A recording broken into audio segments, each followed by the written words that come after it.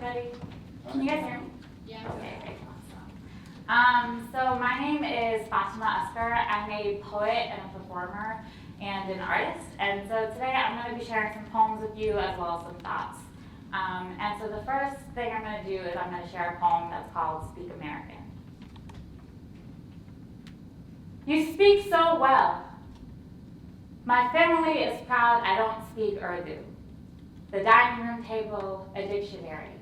Medicine words, textbook, theory, ivory language pouring out of our mouths like gravy. Thanksgiving, our favorite holiday. Turkey, mashed potatoes, stuffing, cranberry sauce, pumpkin pie. No curry, no spice, no rice. You speak so well, almost like you were born here. You speak so well, almost like you were born here. When the American boys come over, my aunt hides behind the stove. Cuts onions, makes tea, flours all the pans. The American boys sit and joke with my uncle, laughing over some news not theirs. Meanwhile, my aunt loses her words, finds them slippery as marbles rolling away. She practices them under her tongue as the kitchen sweats. Everything smells like cinnamon. The American boys laugh and my aunt flinches, takes her plate to her room, wraps her long black hair in gold scarf, molds the headdress to crown, and owns all the language in the world. You speak so well. You speak so well. You speak so well. You speak so well. You speak so well. So well. So well. So well. So well. So well. Almost like you were born here. Almost like you were born here. Almost like you were born here. Almost like you were born here. Almost like you were born here. Almost like you were born here. Born here. Born here. Born here. Born here. Born here. Born here. Born here. You speak so well. Almost like you were born here. Almost.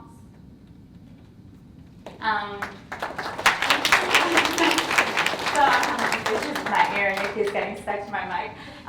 But so, as I said, I'm a poet, I'm a performer, I'm also many other things. I'm Pakistani, I'm Kashmiri, I'm Muslim, I'm an orphan, I'm queer, I'm American, all of these things all at the same time.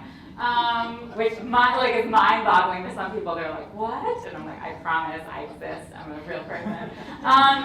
But the reason why I wrote that poem was because Coca-Cola issued this ad a couple years ago, which was had a lot of different students and kids from different ethnicities singing America the Beautiful in all their native languages. And I saw this ad and almost started crying, and I just thought it was so beautiful because it really expanded the idea of what it could mean to be American, right? Like, if all of these kids are singing this and all of these languages are included in the definition of American, then, you know, it just felt like we had really achieved the ideal of what America wanted to be. However, the world is not naive like myself and, you know, into all of that.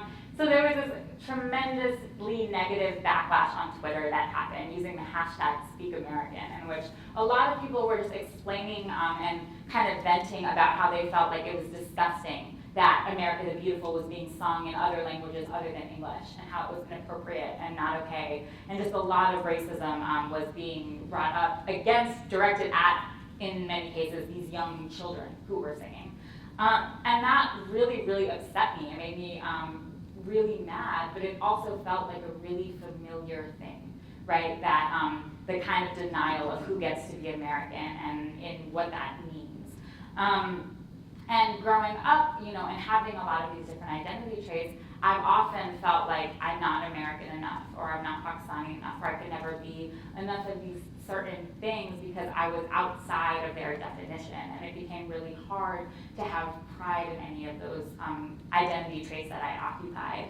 I'm also a child of immigrants and come from a family of immigrants, and I think that specific experience also made it feel like it was hard to really believe like America was my home, or that I owned any of the kind of benefits that came with being American.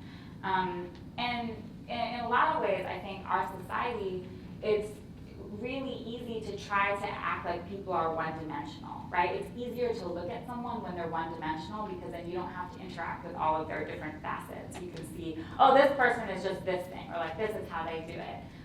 Versus really taking the time to look at someone like a full, nuanced human being, right? So, for example, how could you be both Pakistani and American?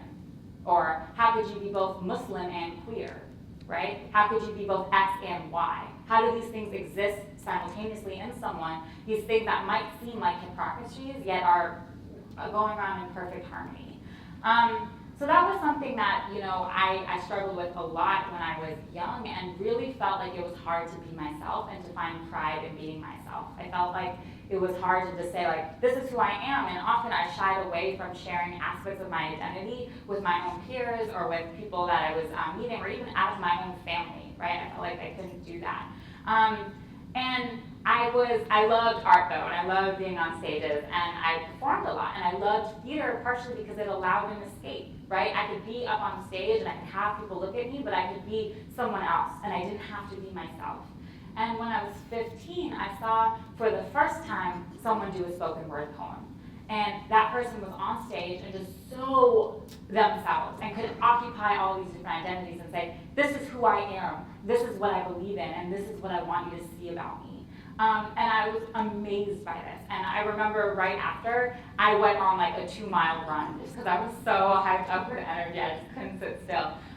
But that, you know, spoken word artist showed me how to unapologetically be yourself, right? How to be able to stand on stage and say, no, I don't care how flat the world wants to make me, I'm going to resist that and be this multidimensional person.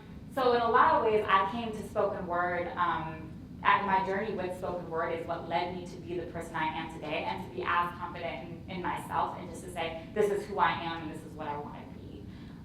So by show of hands, I'm just going to take a quick poll for my own research. How many of you guys have ever written a poem? Your third grade poems can count if you ever have to do a third grade assignment. Okay. How many of you have ever performed a poem? Okay, awesome. So I want everybody to take a moment right now to just visualize, think about it, what poetry means to you.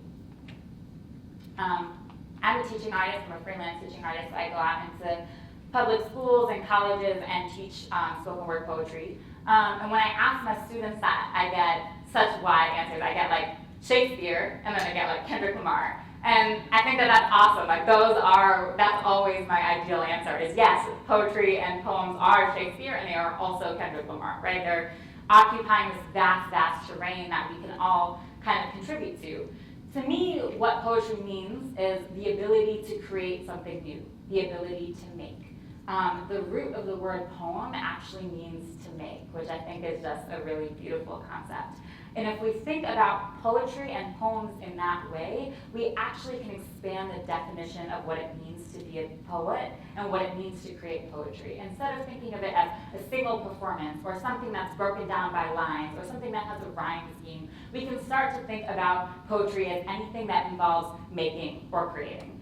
In that way, cooking dinner with friends you love can be a poem, or gardening can be a poem, or collaging can be a poem, or painting, or setting up a new house with your love, the love of your life can be a poem in many ways. And there's a really amazing poet named Terrence Hayes who gave an interview recently in which he said, poetry absorbs all genre. It's a way of absorbing all genre, and poets are decathletes, which I love.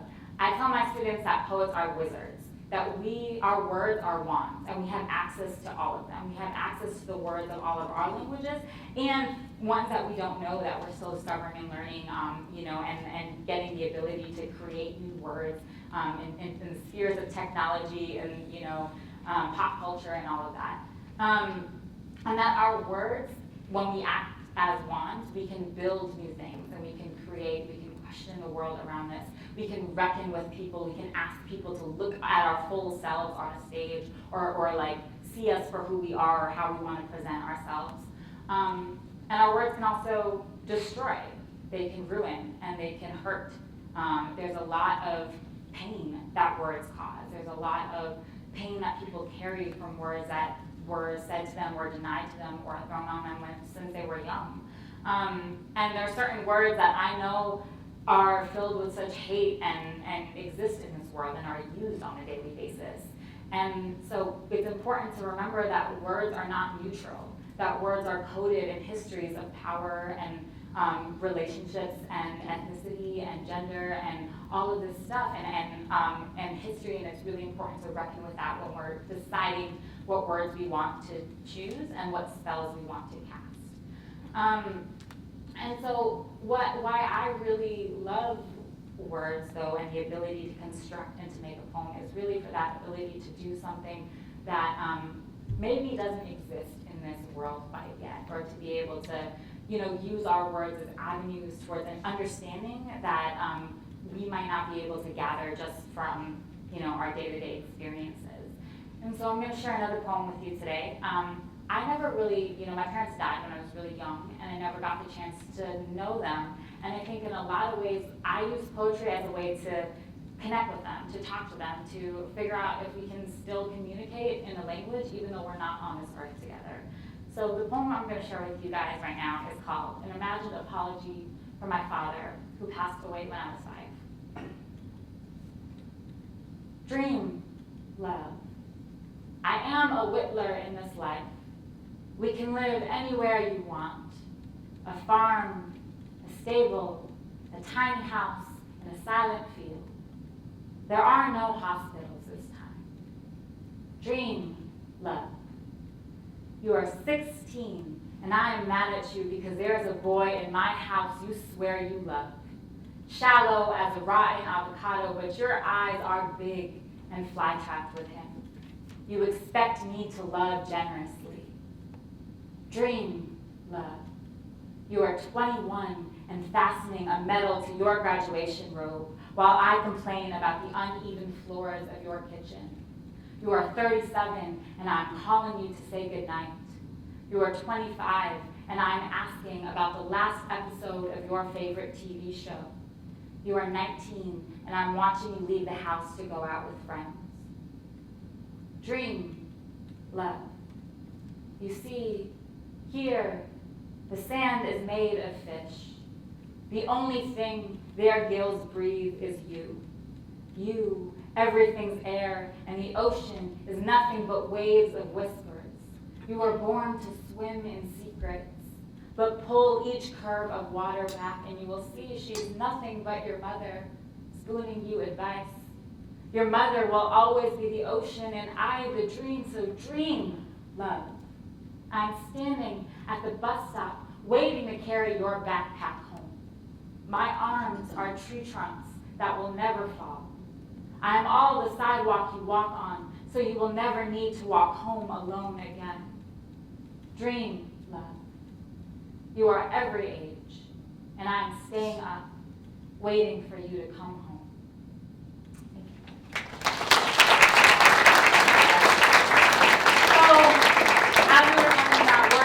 Ability to create something new, to recast, to question the world around this, to get people to see our perspectives and us as whole human beings. Words also have the ability to make us think about something in a new way. There's this amazing poet named Ocean Vuong who recently wrote in a poem of his, remember, loneliness is still time spent with the world. And I remember reading that line and just being amazed by that and never having thought of loneliness that way, right? Only having thought of loneliness as something that is despair, something that I don't want to be a part of, but thinking about the layers of beauty that come with loneliness and the connection that we have to the earth if we can feel lonely. In that same way, thinking about grief as more than just sadness, but thinking about grief as an echo of love, as a testament to how deeply we can love something that when it is gone, its absence echoes in all the parts of our bodies. So I'm going to end on one last poem, and this poem I wrote on a day that I was feeling, it's very new, so you guys get to hear it. But I wrote it on a day that I was feeling very, very sad, and I was trying to show myself that there was more to that day than being sad. And it's called Small Joys. Thank you for this small park, how all the leaves beg for my attention. They fall from their branches and bang into my arms wanting to start a fight. Thank you, wind, for flirting with my dress, knowing that today I wear no underwear. Thank you to the community of grass that lives outside my house, how they know more of neighborhood than I do. Thank you, three-leaved clovers, for protecting your four-clothed brethren, those unlucky souls ripe for slaughter. Thank you to the few friends I love, who I send text messages to every hour. I only want to remind you I am alive and hear your own voice answer. In full truth, I have spent most of this night sobbing into my pillow. Thank you to the gulf of grief in which I build my port and captain the ship. Thank you for this gentle sun lighting the hull of this park bench which I lay to rest. Thank you for my dead mother and her piano fingers, the way they bloom for my own palms. I look at them and think we are the same. And she lives, she lives, she lives. Every poem I write her breath, each praise or gratitude I sing, an echo of her lopsided smile, reminding me how close we are. Thank you.